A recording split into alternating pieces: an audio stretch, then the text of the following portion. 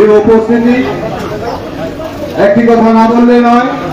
আপনারা জানেন গত 24 সালে পুকুর তাপ প্রবাহ উপেক্ষা করে মহান মে দিবসের সংক্ষিপ্ত সমাবেশ আমরা যখন এখানে করছিলাম, আমি একটি কথা বলছিলাম যে ফেসিবাদের পতন ঘটিয়ে ইনশাআল্লাহ আগামী মহান মে দিবস আমরা মুক্ত স্বাধীন পরিবেশে আমরা পালন করব।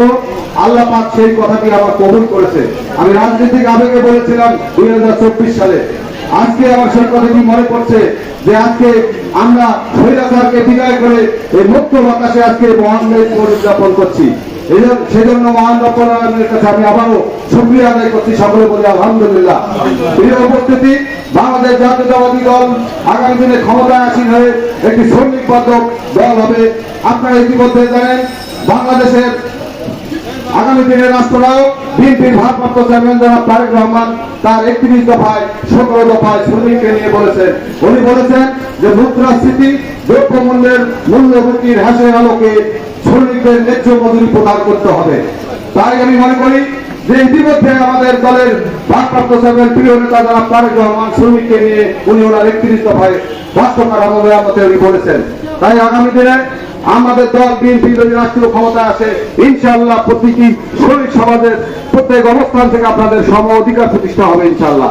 প্রিয় উপস্থিতি, এই পর্যায়ে আমি আজকে এই শ্রমিক সমাবেশের প্রধান অতিথিকে বক্তব্য দেওয়ার জন্য আহ্বান করছি।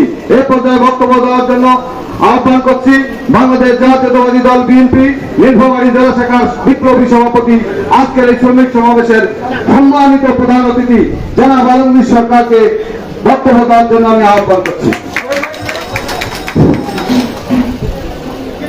মহান মে দিবস, এই মে দিবসকে লক্ষ্য করে নীলফামারী বাংলাদেশ জাতীয়তাবাদী দল নীলফামারী জেলা শাখা শ্রমিক দল মে দিবসের আয়োজনে আজকে এই আলোচনা সভা